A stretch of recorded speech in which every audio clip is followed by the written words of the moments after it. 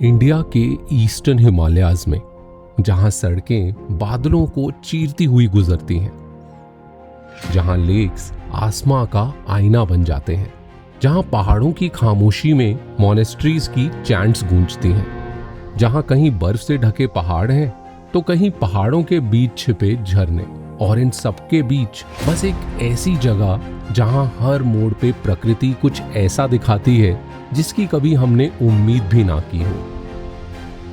बादलों के ऊपर बसा ये छोटा सा शहर है अरुणाचल प्रदेश का तवांग।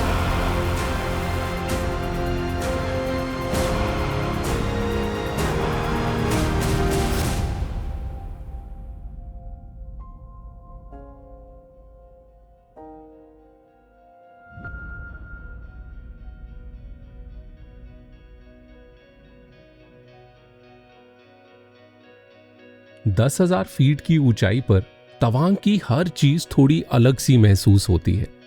पहाड़ों की ढलानों पर ये रंग बिरंगे घर, हर छत से दिखते दूर तक फैले बड़े बड़े पहाड़, सड़कों पर लहराते प्रेयर फ्लैग्स और हवा में घुली हुई एक अजीब सी शांति। तवांग की पहचान उन सड़कों से भी जुड़ी है जो इसे दुनिया के कुछ सबसे ऊंचे माउंटेन पासेस से जोड़ती है, उन मोनेस्ट्री से भी जो सदियों से यहाँ की रूह का हिस्सा रही हैं, और उन झीलों से भी जो इन पहाड़ों के बीच चुपचाप छिपी हुई हैं। लेकिन तवांग की कहानी सिर्फ इस शहर से शुरू नहीं होती। यहाँ तक पहुँचने के लिए भी एक लंबा सफर तय करना पड़ता है। घने बादलों, गहरी घाटियों और ऊंचे पहाड़ों के बीच से होके गुजरती ये सड़कें धीरे धीरे आपको हिमालय के और करीब ले आती हैं। और फिर आता है एक ऐसा माउंटेन पास जो सदियों से तवांग को बाकी दुनिया से जोड़ता आया है। लगभग 14,000 फीट की ऊंचाई पर यह सिर्फ एक रास्ता नहीं बल्कि गेटवे टू तवांग है। और इसे पार करते ही बर्फीली हवाओं और पहाड़ों के बीच दिखती है सेला लेक, जो साल के ज्यादातर समय ठंड और बादलों की चादर में लिपटी रहती है।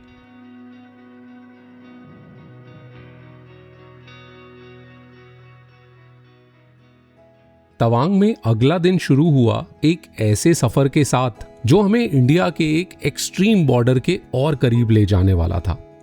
लेकिन मुझे नहीं पता था कि इस सफर की सबसे खूबसूरत मंजिल इसके रास्ते ही हैं।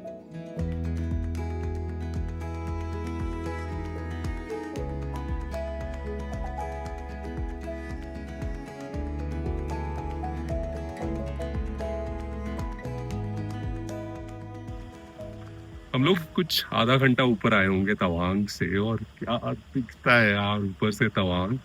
आज तो भाई नीचे से ऐसे क्लाउड्स जनरेट हो रहे हैं, पूरा टाउन जो दिख रहा है यहाँ से, मतलब एंड टू एंड आपको दिखता है। एक एंड पे बुद्धा दिख रहा है, एक एंड पे मोनेस्ट्री दिख रही है। मतलब अगर ऊपर बुमला हो गया, पीटीसो हो गया, ये नहीं भी जाना होना, सिर्फ इस पॉइंट तक ही आना, I think it's worth it.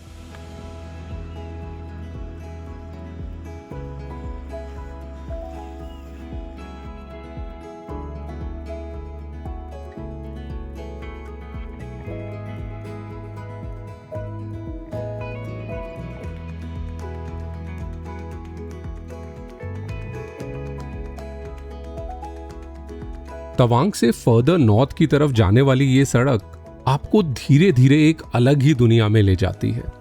एक ऐसी दुनिया जहां पेड़ कम होते जाते हैं, हवा और ठंडी होती जाती है, और पहाड़ पहले से कई ज्यादा पास और बड़े लगने लगते हैं।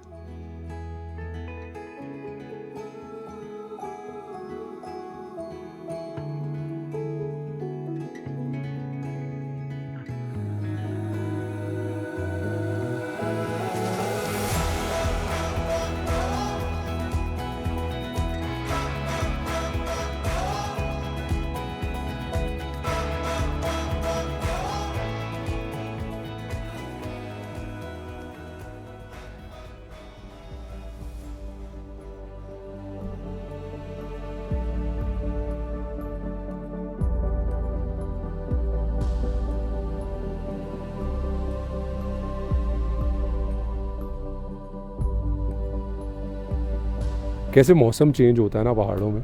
हम अभी जब तवांग से ऊपर चढ़ रहे थे, it was all sunny but with cotton clouds, और यहाँ पहुँचते पहुँचते एकदम मिस्टी वेदर हो गया. This is called PT Tso, PT lake, और this is going to be one of the many lakes I would say जो आज हम देखने वाले हैं. एंड क्या वेदर है यार, मेरा बहुत मन हो रहा है नीचे उतर के जाने का. वहाँ पे एक ब्रिज है छोटा सा, उस पे चलने का, थोड़ी देर वहाँ बैठने का. बट हमारे ड्राइवर ने कहा है कि इट्स बेटर कि अगर आप जल्दी स्टार्ट कर रहे हैं, you go to Bumla pass first, क्योंकि वहाँ पे वेदर टर्न क्वाइट क्विकली.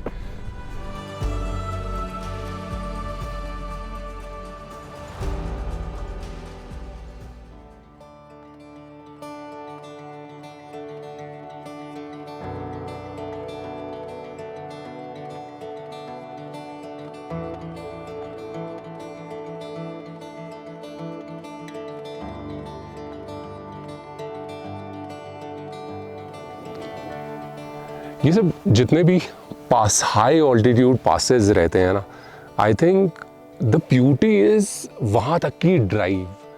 पूरा रास्ता भर आपको ऐसा लगता है कि यार ये कौन सी दुनिया है, ये कहाँ ही आ गए. दिस इज कुछ अलग ही है. और कहीं पे भी हर थोड़ी थोड़ी देर में मन कर रहा है यार यहाँ गाड़ी रोक लेते, यहाँ गाड़ी रोक लेते. Bumla pass and for that matter all the high altitude passes, इनके लिए यही कहा जाता है कि आप टाइमली सुबह निकलिए और टाइमली वहाँ पहुँचे, क्योंकि इतने हाई ऑल्टीट्यूड पे वेदर बहुत चेंज होता है. बट क्या करें यार, मन ही नहीं भरता. हर जगह थोड़ी देर में रुकने का मन कर रहा है, बिकॉज एक बहुत ही ना अलग सी फॉर्मेशन है यहाँ. वैलीज की भी अगर देखो और माउंटेन्स की भी देखो, काफ़ी शार्प है, काफ़ी पॉइंटेड है. Oh, it's gorgeous.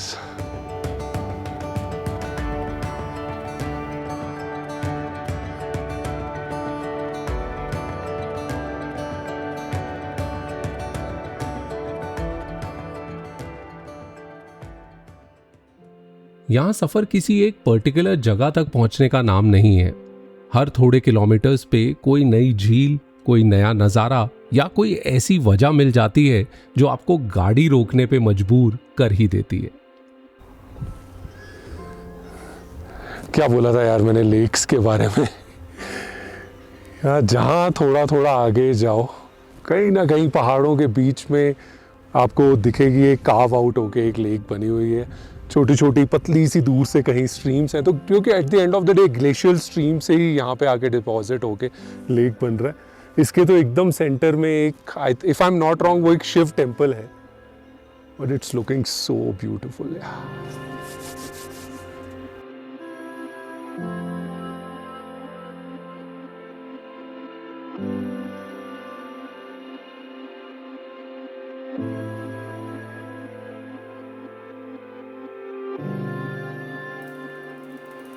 मुझे लगता है बुमला के लिए ना एक दिन कम है. यहाँ मल्टीपल ट्रिप्स चाहिए, क्योंकि रास्ते में ही इतनी बार आपका रुकने का मन करे. आपका मन ही नहीं करता कि सीधा सीधा सीधा सीधा निकलते जाओ. The natural beauty here is unmatchable, just unmatchable. कई घंटों तक पहाड़ों, झीलों और ऊंचाइयों के बीच से गुजरने के बाद आखिर हम पहुंच गए थे बुमला पास. 15,000 फीट की हाइट पे यहाँ पहुंचकर लगता है कि सच में कितनी दूर आ गए हैं. अजीब बात यह है कि नेचर को इन सरहदों से कोई मतलब नहीं. पहाड़ आज भी दोनों तरफ एक जैसे खड़े हैं और हवा आज भी बिना पासपोर्ट के गुजरती है. लेकिन हमारे लिए यहीं आके रास्ता खत्म हो जाता है. So finally at Bumla pass 15,000 feet की हाइट पे यहाँ पे पहुँचते ही स्टार्टिंग में ही पार्किंग के बियॉन्ड आप सिर्फ 200 मीटर तक जा सकते हो. वहाँ पे भी वो आर्मी रेगुलेटेड एरिया है, तो आपके फ़ोन्स, कैमरास कुछ भी अलाउड नहीं है. वो सब आप गाड़ी में ही रख के you can walk up to I think 100-200 meters है. And there they tell you the story about this place. कौन कौन सी यहाँ पे किस वॉर पे, कौन सी वॉर टाइम स्टोरीज यहाँ पे रही हैं, उनके बारे में वो बताते हैं. And it's an experience in itself. आप you can question them as well. और यहाँ पे how the life is over here, उस सब चीज़ के बारे में बताते हैं. And then once you come back, तो जो मेरे राइट में जितना भी ये एरिया दिख रहा है, यहाँ पे यू कैन रोम अराउंड। मेरी आई थिंक एक पर्सनल प्रेफरेंस यही रहेगी कि यहाँ सुबह जल्दी निकल के यहाँ सुबह जल्दी पहुँच के भीड़ को भी अवॉइड कर सकते हैं। At the same time you can soak it all in, because इस तरह के व्यूज़ जो हर तरफ, चाहे वो मेरे पीछे हो, मेरे राइट में हो, सामने हो, इस तरफ हो, ये नहीं दिखते हैं यार। And just give yourself time to soak it all in and let nature do the talking.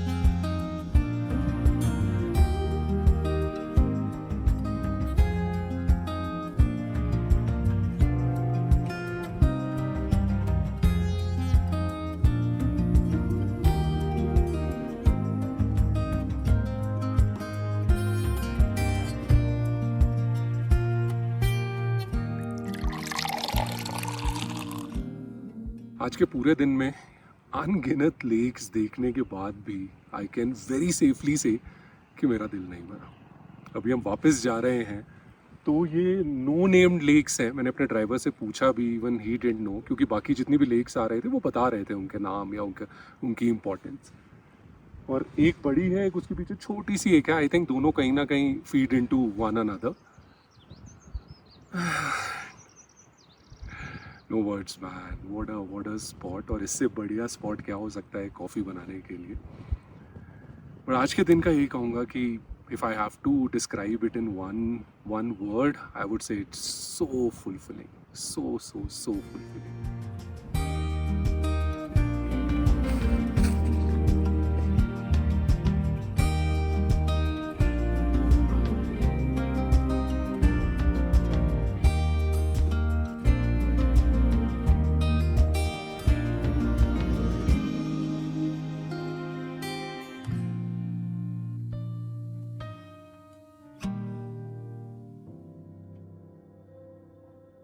Bumla pass से लौटने के बाद अब हम एक दूसरी डायरेक्शन की तरफ निकल गए। आज इतने सारे लेक्स देखने के बाद लगा था कि अब कोई भी नया नज़ारा उतना हैरान नहीं कर पाएगा, लेकिन संगेतसर लेक ने वो गलत साबित कर दिया। इसकी खूबसूरती सिर्फ झील में नहीं बल्कि उसके आसपास के मंजर में भी है। ऊंचे बर्फ से ढके पहाड़, घने जंगल, खुला सा मैदान और इन सबके बीच ये शांत सा कोना। पूरे दिन के सफर में पहली बार लगा जैसे अरुणाचल ने अपना एक नया चेहरा दिखा दिया हो।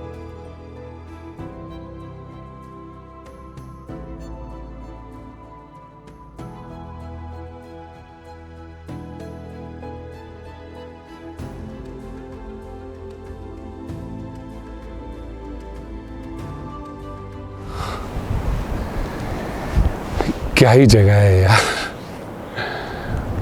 जितना भी अभी तक पूरा हम लोगों ने सर्किट कह सकते हो अगर किया है, उससे ये बहुत डिफरेंट है।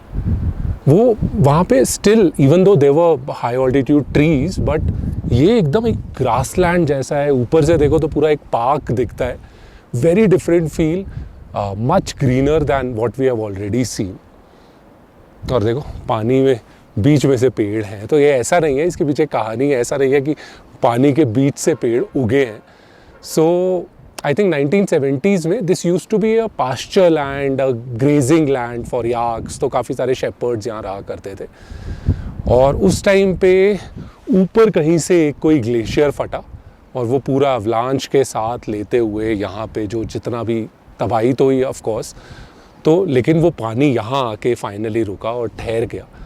एंड देन उसके बाद से ये लेक जन्मा।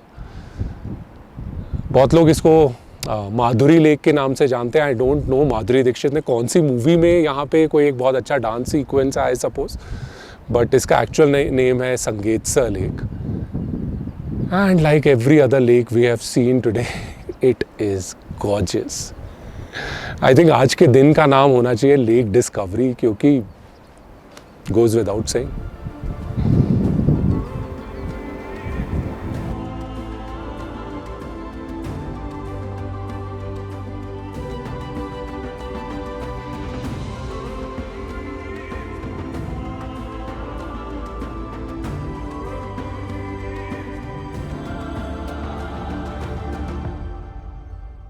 कोई भी ट्रिप सिर्फ जगहों के बारे में नहीं बल्कि उन पलों के बारे में भी होती है जब आप कहीं नहीं जा रहे होते, बस बादलों के साथ बदलते नजारे, हाथ में एक कप चाय और मानो वक्त कुछ देर के लिए थम सा गया हो।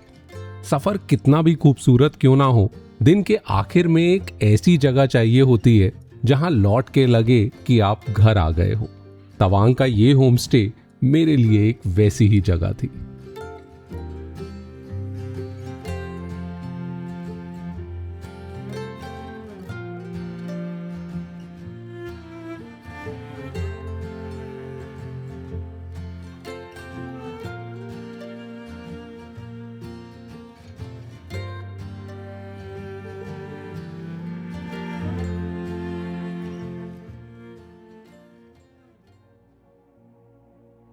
तवांग को जानना हो तो सिर्फ उसके आसपास के पहाड़ों को देखना काफी नहीं, थोड़ा वक्त इसकी गलियों में भी बिताना पड़ता है। यहाँ के कलरफुल घर, छोटी छोटी दुकानें, बुटीक कैफेज और कहीं अपनी ही रफ्तार में चलते हुए लोग। यहाँ गूगल मैप्स पे देख के जो रास्ता छोटा सा लगता है वो असल में उतना भी आसान नहीं होता। लेकिन तवांग की सबसे दिलचस्प बात यह है कि ये शहर दो निगाहों के बीच में बसा हुआ है। एक ओर है तवांग मॉनेस्ट्री और दूसरी तरफ पूरी वैली की निगरानी करता हुआ बुद्धा स्टैचू।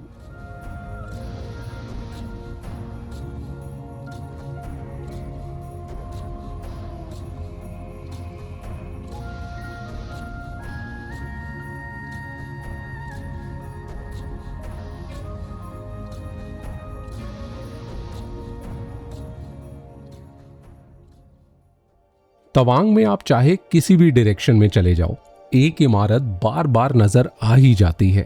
एक पहाड़ी के ऊपर बनी पूरे शहर को देखती हुई तवांग मॉनेस्ट्री। दूर से देखने पे ये एक मॉनेस्ट्री कम और अपने आप में एक छोटी सी टाउनशिप ज्यादा लगती है। 17वीं सेंचुरी में बनी ये इंडिया की लार्जेस्ट और वर्ल्ड की सेकंड लार्जेस्ट बुद्धिस्ट मॉनेस्ट्री है। लेकिन इसकी कहानी शुरू होती है एक घोड़े से। कहते हैं 5th दलाई लामा ने एक मंक जिनका नाम मेरा लामा था, उन्हें इस रीजन में मॉनेस्ट्री के लिए जगह की तलाश के लिए भेजा और फिर एक दिन उनके साथ आया घोड़ा गायब हो गया। काफी ढूंढने के बाद वो मिला इसी पहाड़ी पे। इसे एक संकेत मानते हुए यहीं पे मॉनेस्ट्री की नींव रखी गई। इनफैक्ट तवांग नाम भी 2 टिबेटन वर्ड से बना है। ता मीन्स हॉर्स और वांग means chosen. So basically the place chosen by a horse. और आज लगभग 350 साल बाद भी ये मॉनेस्ट्री तवांग की सबसे बड़ी पहचान बन गई है।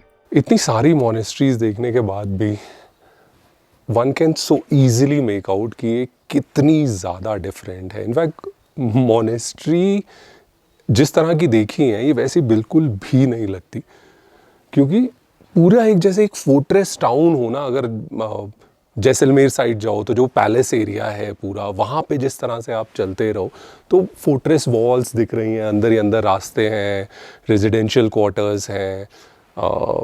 तो एक ही मॉनेस्ट्री में कम से कम नहीं तो 500 मंक्स यहाँ रहते हैं, पढ़ते हैं, यहीं पे उनकी पूरी की पूरी लाइफ यहीं पे बीतती है।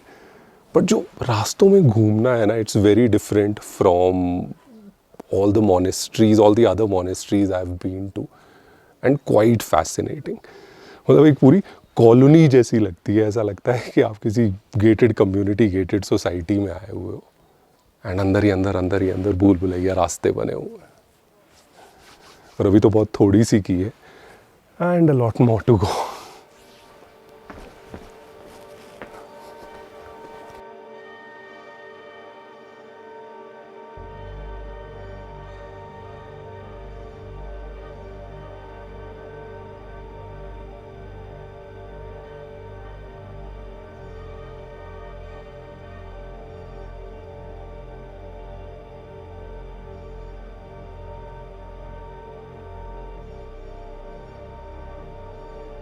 तो अभी इन हॉस्टल क्वार्टर्स के यहाँ घूमते हुए हमें एक मंक मिले, तो उनसे थोड़ी सी बात हुई। मैं चाहता तो था कि कैमरा में अगर रिकॉर्ड कर पाए, but he was not comfortable.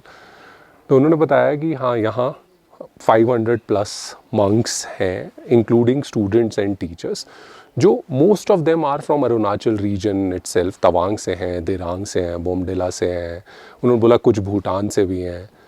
And हर तरह के उनके सब्जेक्ट्स, मतलब बुद्धिस्ट स्टडीज़ तो वो पढ़ते ही हैं, उसके अलावा और जो हम लोगों के स्कूल्स में रहते हैं, जैसे कि वो इंग्लिश हो, हिंदी हो, मैथ्स हो, साइंस हो, EVS हो, ऑल ऑफ दैट।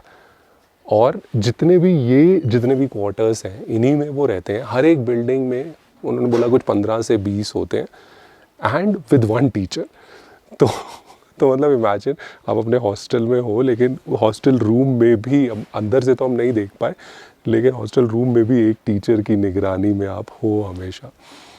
और जब उनके स्कूल की तरफ गए तो कुछ भी कहो यार, चाहे मंक्स हैं, बट उसमें भी हमने देखे जो छोटी एज के थे, अभी है तो बच्चे ही at the end of the day.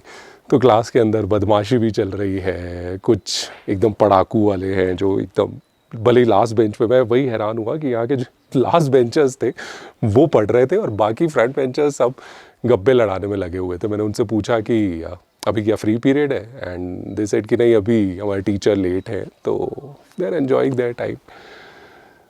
सो जो मॉनेस्ट्री का मेन पार्ट है वो छोटा है, लेकिन जो ये फैली हुई है, just because it houses 500 monks, and that is what makes it the largest in India and second largest in the world.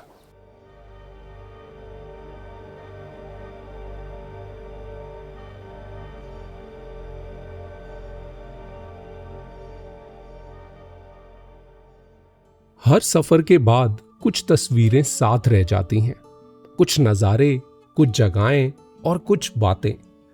Tawang ने मुझे बहुत कुछ दिखाया, लेकिन जाते जाते मुझे लगा कि इस जगह को मैं इसके पहाड़ या इसकी झीलों के साथ साथ इन सड़कों, इन मुलाकातों और इन छोटे छोटे पलों से भी याद रखूंगा। इतने सालों से पहाड़ों में घूमने के बाद भी बहुत कम जगहें ऐसी मिलती हैं जो आपकी इमेजिनेशन से भी ऊपर हों। यहाँ के पहाड़ों का स्केल, इनकी खामोश कहानियां और दुनिया से इनकी दूरी, ये सब मिलके बार बार याद दिलाते हैं कि हिमालयास को जितना भी देख लो, वो फिर भी कुछ ना कुछ ऐसा बचा के रखते हैं जो आपको एक बार फिर हैरान कर दे।